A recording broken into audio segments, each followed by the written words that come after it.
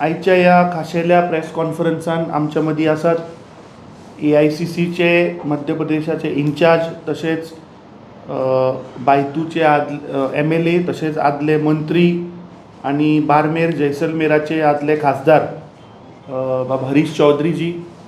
त्याच बरोबर आमच्या मदीं आसात तमिळनाडू AICCचे तमिळनाडू आनी पॉंडिचेरीचे इन्चार्ज बाब गिरीश चोडणकर. ही आयची प्रेस कॉन्फरन्स आमचे AICCचे इन्चार्ज हे मनरेगा आनी नॅशनल हेराल्ड कशा पद्दतीन ह्या भारतीय जनता पार्टीच्या सरकारान नरेंद्र मोदीन कशें आमच्या लिडरांची नांवां कशें ताणें मिसयूज केले आनी कशें देशाच्या जनतेक फटयले हे तुमच्या मुखार ते दवरतले.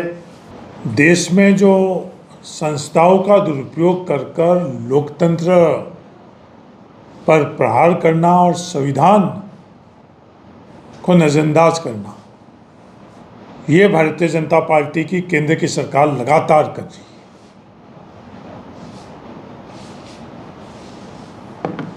नेशनल हेराल्ड केस, इसका कोई आधार नहीं. ऐसी अखबार जिसने आज़ादी के अंदर अपना योगदान किया, उसको एक ऐसी संस्था जिस संस्था में कोई भी संस्था का सदस्य नहीं तो सैलरी ले सकता है, नहीं किसी भी प्रकार का डिविडेंड उसमें प्रॉफिट ले सकता है, और उस संस्था की कोई भी प्रॉपर्टी बेच नहीं सकता है बाजार में.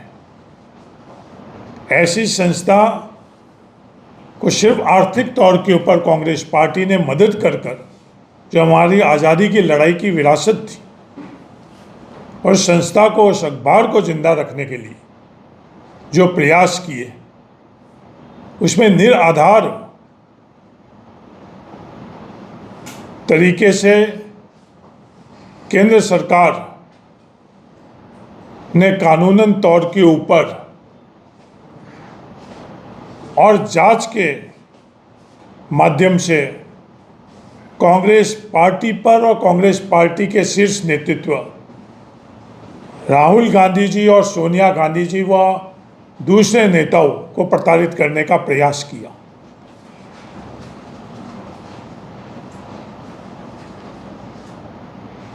ईडी का केस किसी भी आधार पर कानूनन तौर पर बन ही नहीं सकता था.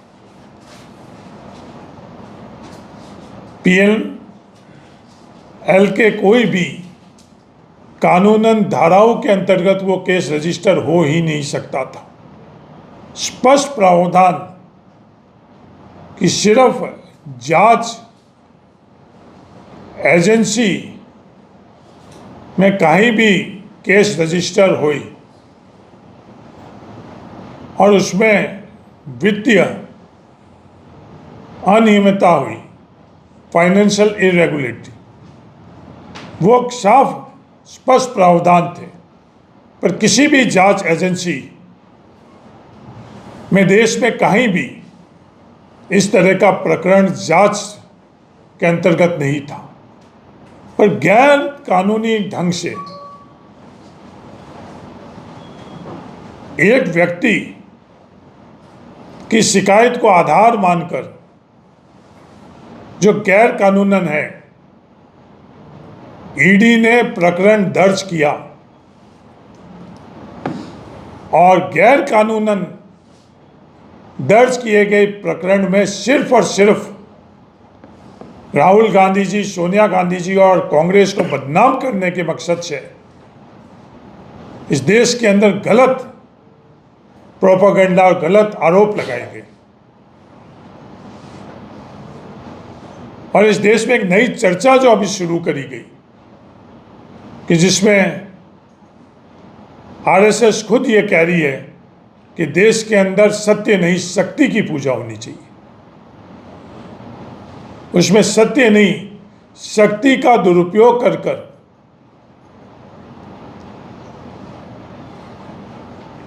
जांच एजेंसियों के माध्यम से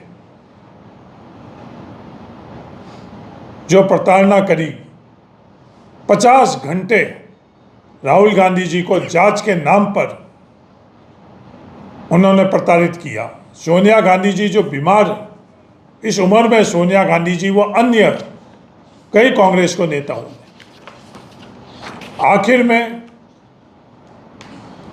न्यायपालिका ने सिरे से खारिज कर दिया। जो निराधार केस ईडी के अंदर दर्ज किया गया उसको खारिज कर दिया गया। और जो प्रयास ये छवि को धूमिल करने के लिए प्रताड़ना के माध्यम से आवाज़, लोकतंत्र की आवाज़ को दबाने का इन्होंने प्रयास किया, वो भी प्रयास न्यायपालिका के अंदर अंत में जो फैसला हुआ उससे सच्चाई की जीत हुई। जो शक्ति का दुरुपयोग करने का प्रयास किया वो दुरुपयोग नहीं हो पाया इस देश के अंदर। ये संदेश इस देश के न्यायपालिका के माध्यम से देश को दिया गया। के अंदर आज भी सच्चाई की जीत और शक्ति के दुरुपयोग की हार की भी व्यवस्था है।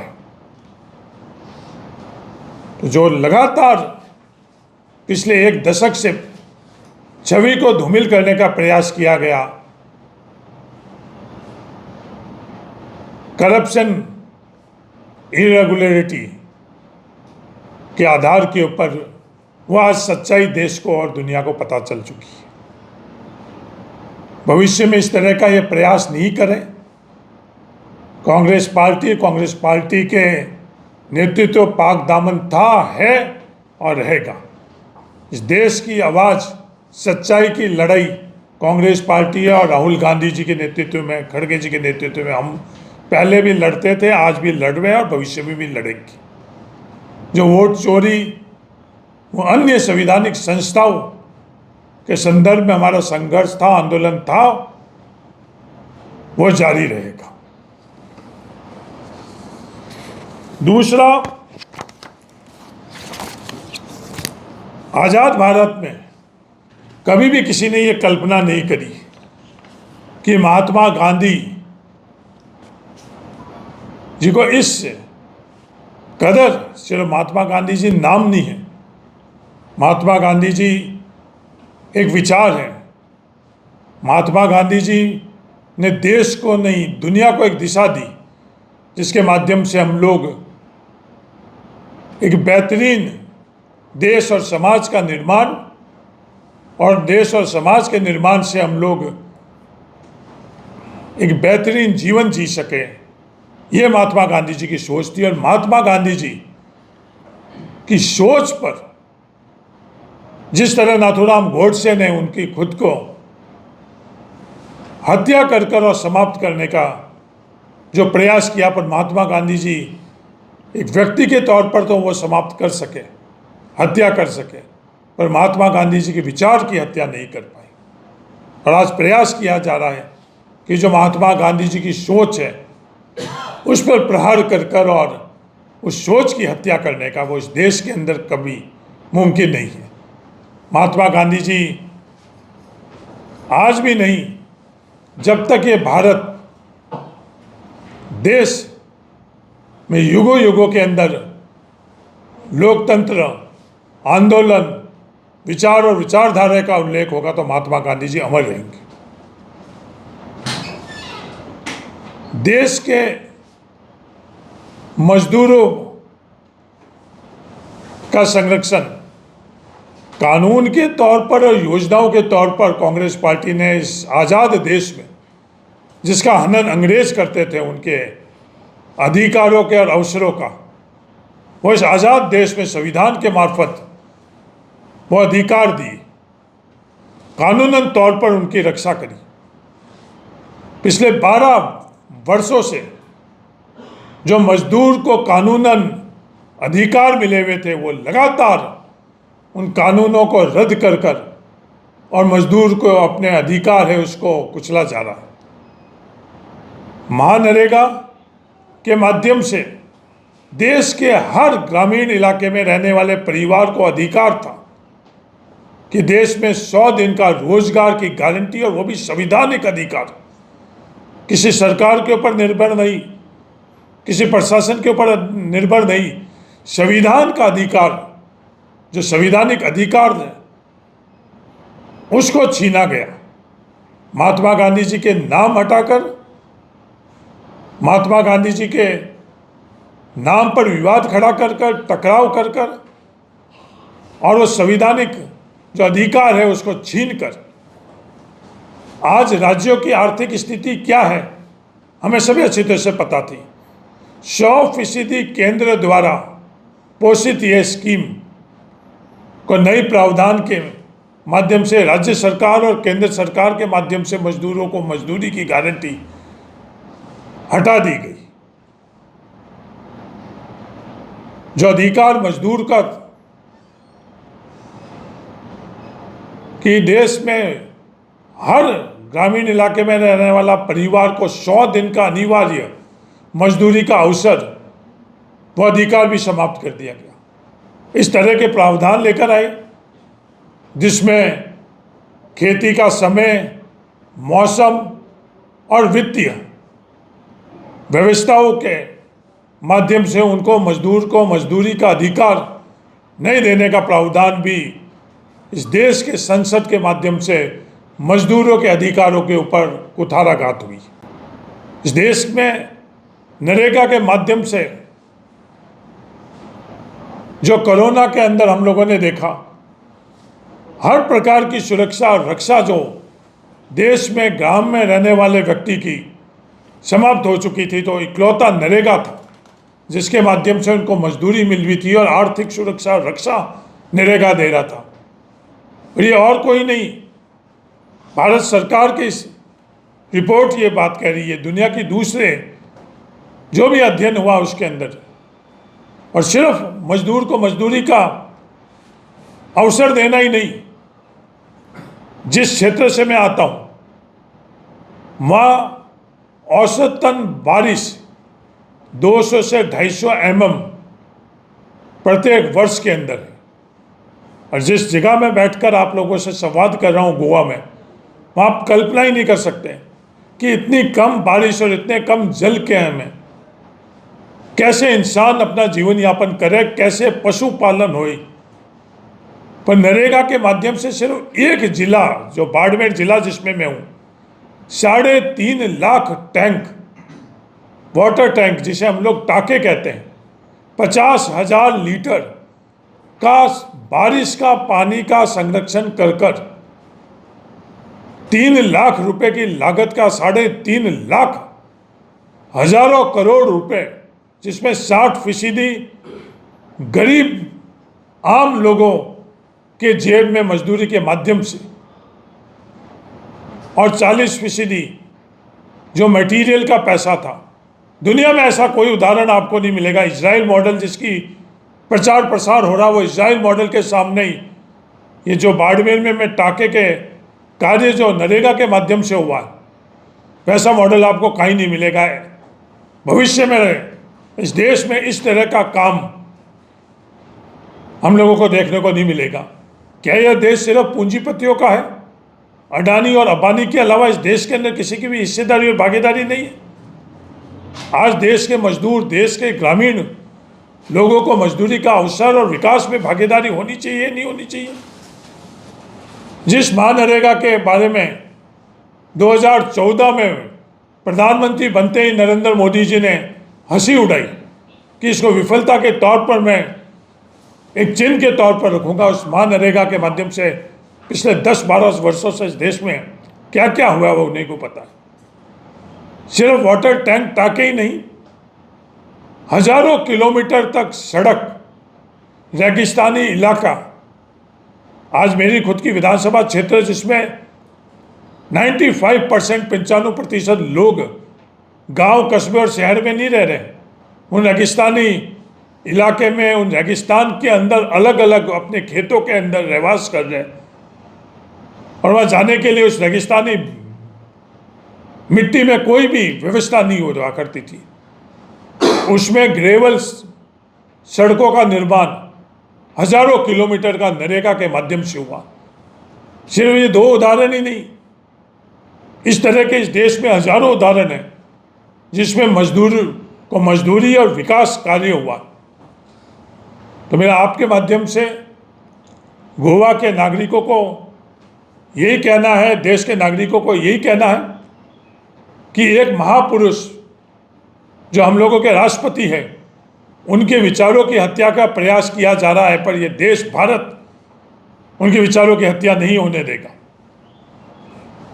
एक महापुरुष को किसी और भावनात्मक तौर पर हमारे श्रद्धे, हमारी धार्मिक भावनाओं के प्रतीक के सामने विवाद में उलझाने का प्रयास किया जा रहा है। राम जी हमारे आराध्य देवता थे, हैं और रहेंगे, पर राम के विचार को वो खुद समझ नहीं पा रहे हैं, सिर्फ राम का नाम का दुरुपयोग कर रहे हैं। राम की भावना, राम के विचार, राम का पद, जो आदर्श का जीवन है, आदर्श का गवर्नेंस है। राम का जीवन अपने आप में एक आदर्श का जीवन था। कभी भी वो टकराव और विवाद में राम ने अपना जीवन और विचार नहीं रखा। चाहे शक्ति, जिस शक्ति को ये कह रहे हैं कि जिन शक्ति के भारत में उनकी नज़र में पूजा की जाती है, उस शक्ति के लिए भी राम ने अपने जीवन के अंदर कोई भी स्थान नहीं रखा। राम ने सत्य का स्थान रखा। उन राम जी को भी ये विवादों में लाने के प्रयास कर रहे हैं, इस तरह के जो फैसले कर जी। आज ही नहीं, आने वाले पीढ़ियों में भी महात्मा गांधी जी के विचार अमर रहेंगे। और इस तरह का जो प्रयास ये कर रहे हैं छवि को धूमिल करने का, वो प्रयास भी इनका विफल इस बार भी हुआ, ईडी के संदर्भ में और भविष्य में भी होगा। धन्यवाद।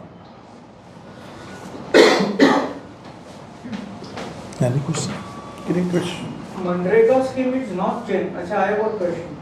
Yeah. MNREGA scheme is not changed. No, it is scheme. Only name is changed. No. A scheme. The provision of a scheme has also changed. Please read the provision of the scheme. It's not the demand-driven scheme. There is no right of a family in the changed provision to have a 100-day guaranteed. The provisions also change. It's not a constitutional right. The provision of the Mahatma Gandhi's Narega have been changed. Is the Congress going to protest about it? Yeah? Is the Congress going to protest about it all? No, yeah, we are protesting.